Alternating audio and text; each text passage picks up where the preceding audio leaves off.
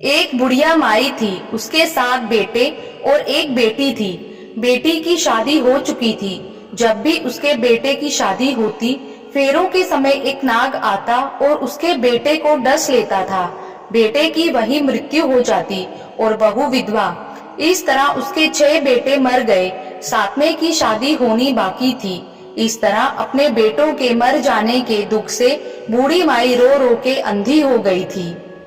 भाई दूज आने को हुई तो भाई ने कहा कि मैं बहन से तिलक कराने जाऊंगा। माँ ने कहा ठीक है। उधर जब बहन को पता चला कि उसका भाई आ रहा है तो वह खुशी से पागल होकर पड़ोसन के घर गई और पूछने लगी कि जब बहुत प्यारा भाई घर आए तो क्या करना चाहिए।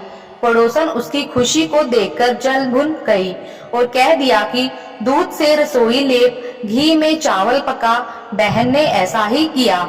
उधर भाई जब बहन के घर जा रहा था तो उसे रास्ते में सांप मिला।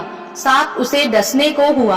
भाई बोला, तुम मुझे क्यों डस रहे हो? सांप बोला, मैं तुम्हारा काल हूँ और मुझे तुमको डसना है। भाई बोला, मेरी बहन मेरा इंतजार कर रही है। मैं जब तिलक करा के वापस लौटूंगा तब मुझे तुम डस लेना। सांप ने कहा, भला आज तक कोई अपनी मौत के लिए लौट के आया है जो तुम आओगे? भाई ने कहा, अगर तुझे यकीन नहीं है तो तू मेरे झोले में बैठ जा। जब मैं अपनी बहन के तिलक कर लूं तब तू मुझे डस लेना। सांप ने ऐसा ही किया। भाई बहन के घर पहुंच गया। दोनों बड़े खुश हुए।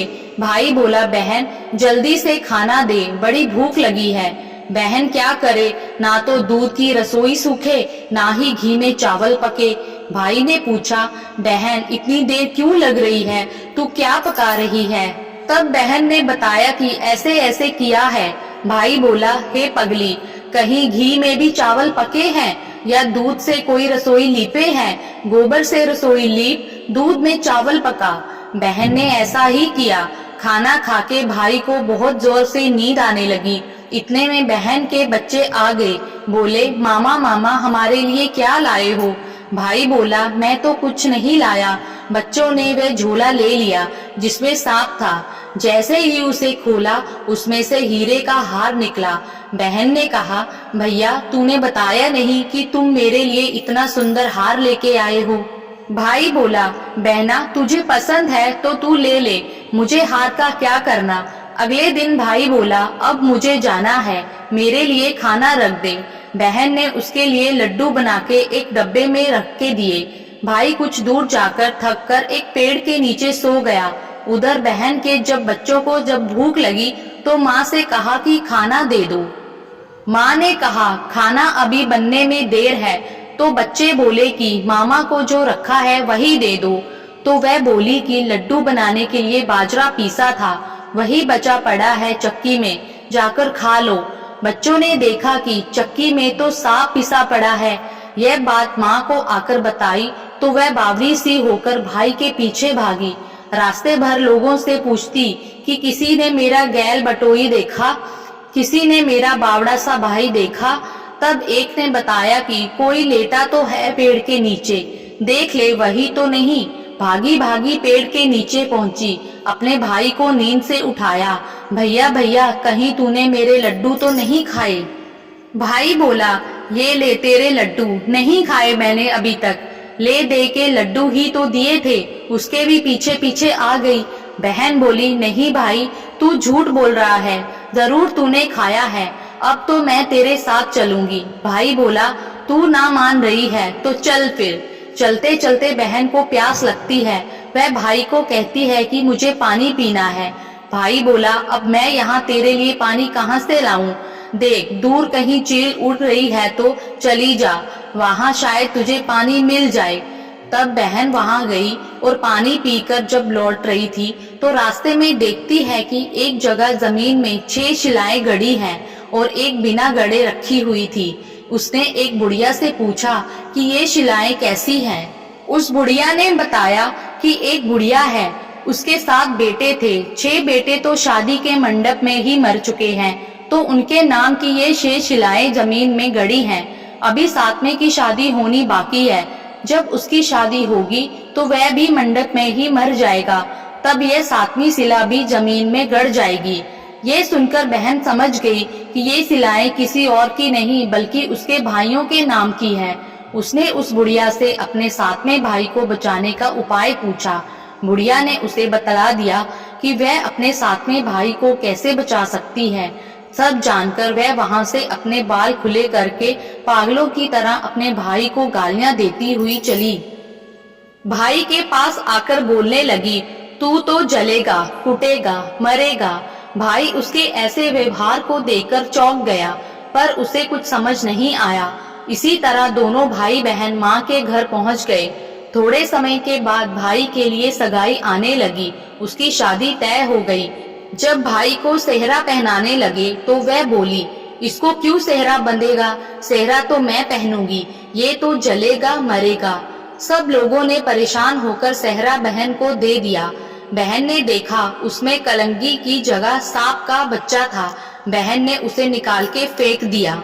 जब भाई घोड़ी चढ़ने लगा तो बहन फिर बोली, ये घोड़ी पर क्यों चढ़ेगा? घोड़ी पर तो मैं बैठूंगी, ये तो जलेगा, कटेगा, इसकी लाश को चील कौवे खाएंगे। सब लोग बहुत परेशान, सब ने उसे घोड़ी पर भी चढ़ने दिया। जब बारात चलने को हुई तो तब बहन बोली, ये क्यों दरवाजे से निकलेगा? ये तो पीछे के रास्ते से जाएगा, दरवाजे से तो मैं निकलूंगी। जब वह दरवाजे के नीचे से जा रही थी तो दरवाजा अचानक से गिरने लगा।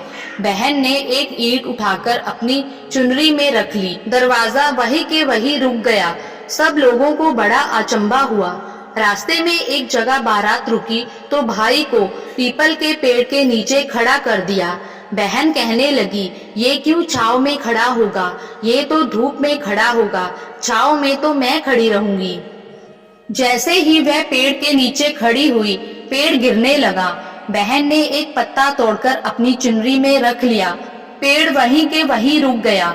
अब तो सबको विश्वास हो गया कि ये बावली कोई जादू टोना सीखकर आई है, जो बार बार अपने भाई की रक्षा कर रही है। ऐसे करते करते फेरों का समय आ गया। जब दुल्हन आई तो उसने दुल्हन के कान में कहा, अब तक तो मैंने तेरे पति को बचा लिया, अब तू ही अपने पति को और साथ ही अपने मरे हुए जेठों को बचा सकती है। फेरों के समय एक नाग आया। वो जैसे ही दूल्हे को डसने को हुआ, दुल्हन ने उसे एक लोटे में भर के ऊपर से प्लेट से बंद कर दिया। थोड़ी देर बाद नागिन लहर लहर करती आई। दुल्हन से बोली, तू मेरा पति छोड़। दुल्हन बोली, पहले तू मेरा पति छोड़। नागिन ने कहा, ठीक है, मैंने तेरा पति छोड़ा। दुल्हन, ऐसे नहीं, पहले 3 बार बोल। नागिन ने 3 बार बोला, फिर बोली कि अब मेरे पति को छोड़। दुल्हन बोली, एक मेरे पति से क्या होगा? हंसने बोलने के लिए जेठ भी तो होना चाहिए, एक जेठ भी छोड़। नागिन ने जेठ को भी प्राण दिए। फिर दुल्हन ने कहा, एक जेठ से लड़ाई हो गई तो एक जेठ और चाहिए, वो विदेश चला गया तो तीसरा जेठ भी छोड़। इस तरह एक एक करके दुल्हन ने अपने 6 जेठ जीवित करा लिए। उधर रो रो के बुढ़िया का बुरा हाल था कि अब तो मेरा 7वां बेटा भी बाकी बेटों की तरह मर जाएगा।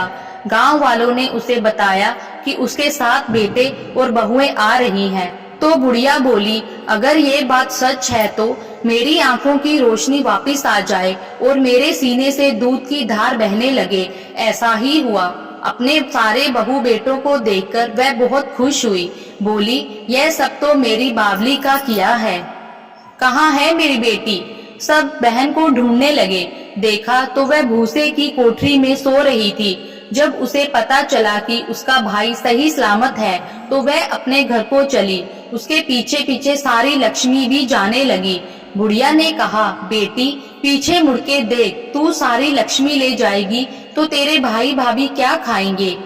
तब बहन ने पीछे मुड़ के देखा और कहा, जो माँ ने अपने हाथों से दिया वह मेरे साथ चले, बाद वाला भाई भाभी के पास रहे। इस तरह एक बहन ने अपनी भाई की रक्षा की। आप सभी को भाई दूज की हार्दिक शुभकामनाएं। दोस्तों, अगर आपको ये कहानी अच्छी लगी तो चैनल को सब्सक्राइब जरूर करें और वीडियो को लाइक करें। धन्यवाद।